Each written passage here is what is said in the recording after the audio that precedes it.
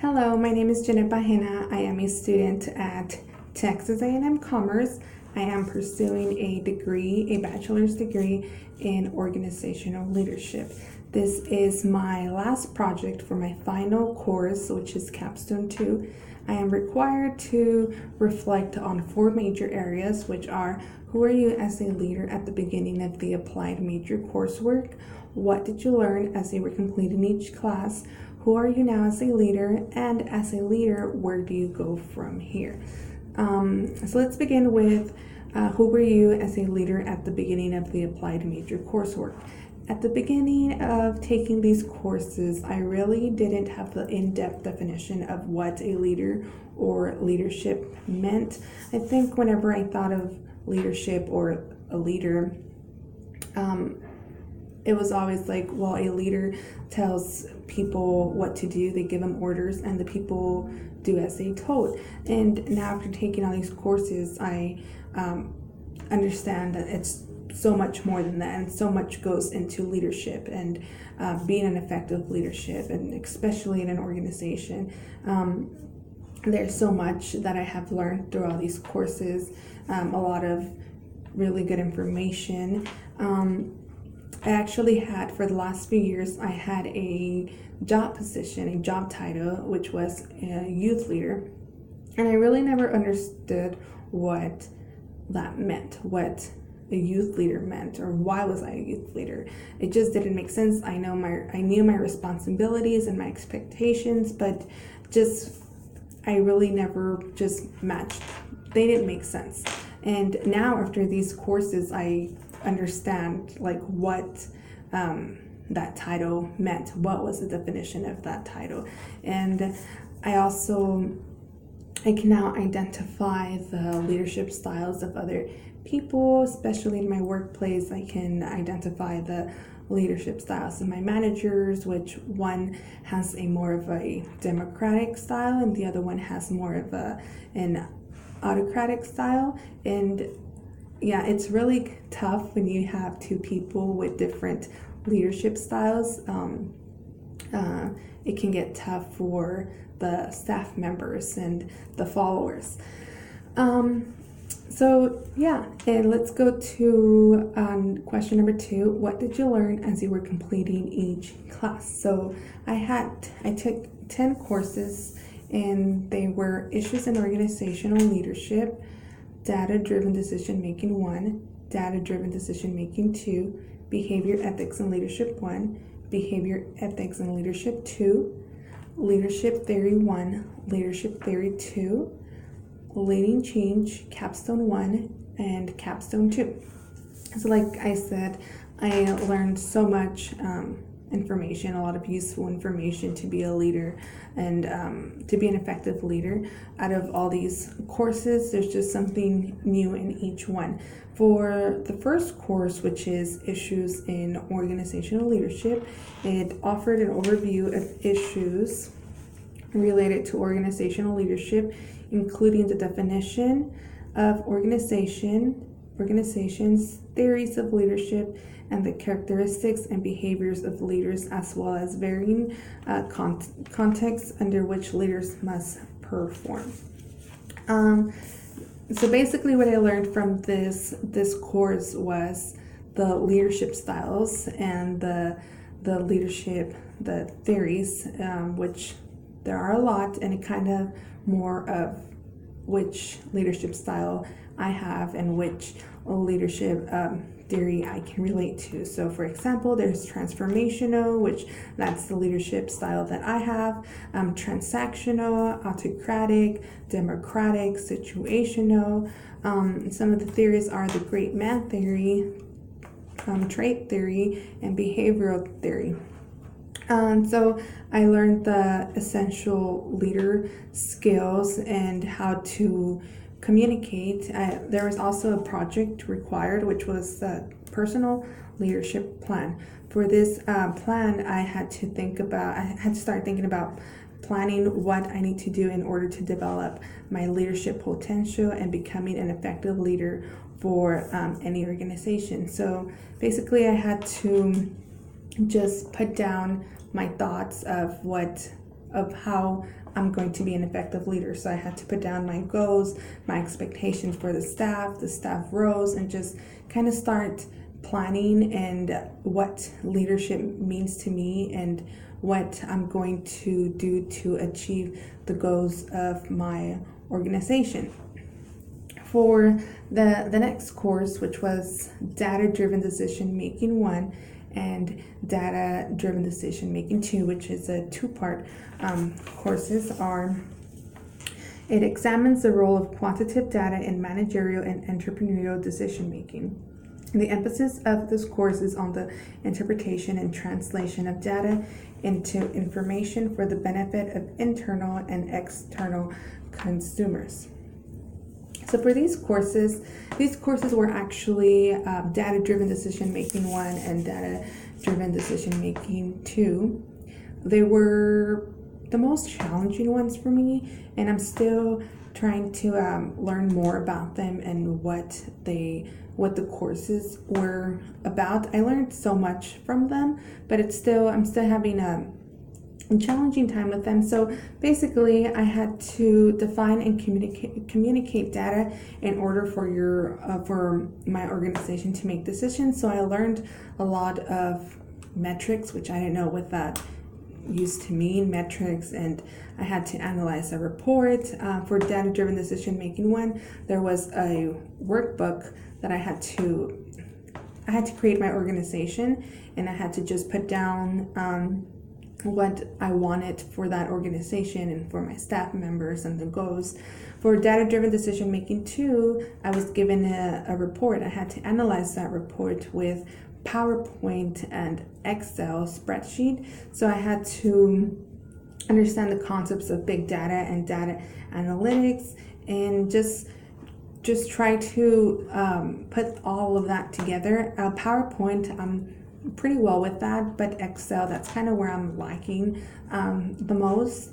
I was given, when I opened the Excel spreadsheet, I just saw a ton of numbers and just so much information that I didn't know what to do. But I did learn a lot from it, and how to create my own Excel spreadsheet and how to add data to it and how to put all of that into charts and graphs. Actually, when I was done with that course, a couple of weeks later, I was asked by my manager at work to create an Excel spreadsheet and add some information to it. And before that, I would have said no, because I had no idea how to do any of that. And now I do, which I told them yes, because I kind of know more about it, but I'm still lacking a little bit on that. And that's what I learned for Data-Driven Decision Making 1 and Data-Driven Decision Making 2. The next courses, which were two-part courses, were Behavior, Ethics, and Leadership 1 and Behavior, Ethics, Leadership 2. So for these courses, it provides an examination of ethics in the workplace and the role of organizational leaders in fostering ethical behavior. So for these two courses, I was provided with two case studies, which are the Pinto case study and the turnaround at Nissan. So what I basically learned from these courses are how to handle ethics and leadership in organization. After studying both of these cases, I came to a conclusion that as a leader, you should be socially responsible when making decisions in the organization as well as outside of the organization. I learned about organizational ethics, ethical frameworks, and ethical perspectives. Also about power. As a leader, you're seen as a person that has a lot of power, and you are the one who makes decisions. And we have to, as a leader, you have to go towards making the right decisions for your organization, for your staff members, instead of making poor decisions. I also learned about intrinsic motivation and extrinsic motivation, on how to motivate your staff members and why it is important to motivate your staff members, your followers.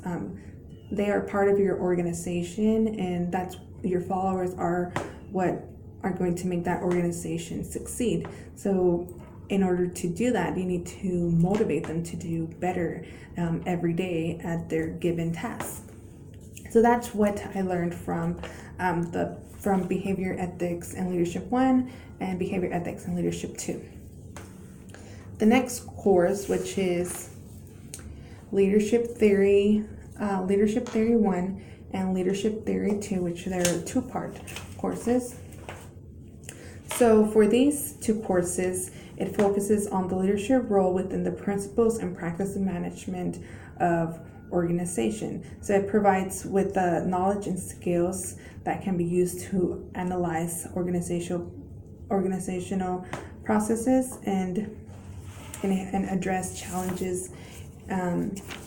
For these two courses, Leadership Theory 1 and Leadership Theory 2, which are right here, these two courses are two that I enjoyed taking the most, and I learned so much about. There were two of my favorite ones. I had to do a SWOT for Leadership Theory 1, a SWOT analysis of an organization of my choice, and I had to do SWOT, which stands for Strengths, Weaknesses, Opportunities, and Threats. So I chose Ulta Beauty, which is a makeup store. I had to just analyze that organization and identify their strengths, their weaknesses, their opportunities, and their threats, and the identification of the organization. For Leadership Theory 2, which also has to do with that same organization that I chose for Leadership Theory 1, I had to make a process improvement plan, and I had to kind of define leadership and be able to discuss its significance in organizations. And for this project, I kind of had to go back to the first, for the Leadership Theory 1, for that course, I had to take that organization and kind of make a plan for it and how it can succeed, how it can do better. From what I gathered from the SWOT analysis on how the company can do better, how it can grow, how the staff members can do better. And I learned a lot from those two courses, as well as motivation. The following course is Leading Change, which for this course, it offers an in-depth analysis of prevalent issues related to organizational change. So this course, Leading Change, was another one that was a bit challenging for me, but I still learned a lot. I had to understand the essential characteristics, importance, and roles of organizational change in both profit and nonprofit organizations, recognize practical significance of organizational change, recognize the importance of corporate culture to organizational change, and the key factors in assessing corporate culture. For this course, I also had a project, which was the change management plan on an organization. So I had to choose or make up my own organization and kind of put down how my organization can do better, how it can change for the better, and how I can achieve those goals with my staff members, and just how to turn that whole organization around. So that's kind of what I learned from Leading Change. For the next course, which is Capstone 1, I had to do an interview. With two leaders from two different organizations. It required an analysis, synthesis, and evaluation of the students' knowledge and skills, including academic performance, teamwork experience, and workplace experience. So basically what I learned, what I was saying was I had to interview two leaders. I interviewed Derek McEwen, which he is the YMCA director, and I interviewed John Ballard, which he is the chief from a fire department. So I really enjoyed this course because I was able to learn a lot of information from two leaders from two separate different organizations, and kind of get to know them a little bit more and their leadership styles, what they think about leadership, and how how they make their organization work in their as well as how they motivate their staff members. So I learned a lot from them. They both have similar characteristics, similar way of thinking of how to about how to be effective leaders, and I really gained so much information. I was able to see who I really am as a leader by interviewing these two leaders, and that's what I had to do in capstone 1. For capstone 2, which is the strategic case analysis with recommendations, I had to analyze a organization of my choice, which was I chose Starbucks. So I kind of had to identify the organization. I had to do a SWOT analysis on the organization, an organizational strategy, and recommendations of the organization. So I really enjoyed this this course and this project that I had to do. So I was able to go into which is an organization, Starbucks. It's very popular, and kind of see their strengths, their weaknesses, their opportunities, and their threats, and kind of like gather so much information of the leaders that brought Starbucks to success and how they can do better, how Starbucks can improve as a company, and how they can incorporate more leadership into their company. So that's what I had to do for capstone 2. As for capstone 2, I also had to do this, which is this video presentation reflecting on the 4 major areas. And that is those are all the courses that I've taken and what I've learned from each course. The next question, which is, who are you now as a leader? As a leader now, I have way more knowledge of what a leader is and how to be an effective leader, and what your responsibilities are for your organization, for your staff. For myself, I can see myself, I have more of a transformational style as well as a situational style. I really like to, especially in my workplace, I motivate people, I set the expectations, I set goals and visions of what I want, and I just want them to do, my staff members, or for example, where I'm working at right now, I have more of a situational leadership style. I have to put myself in that situation. Like right now, I am guiding some new staff members that came into the organization, and kind of guide them, show them what to do, tell them what to do. Since they're new, I have to just tell them and direct them on what exactly to do and what their responsibilities are and their expectations. And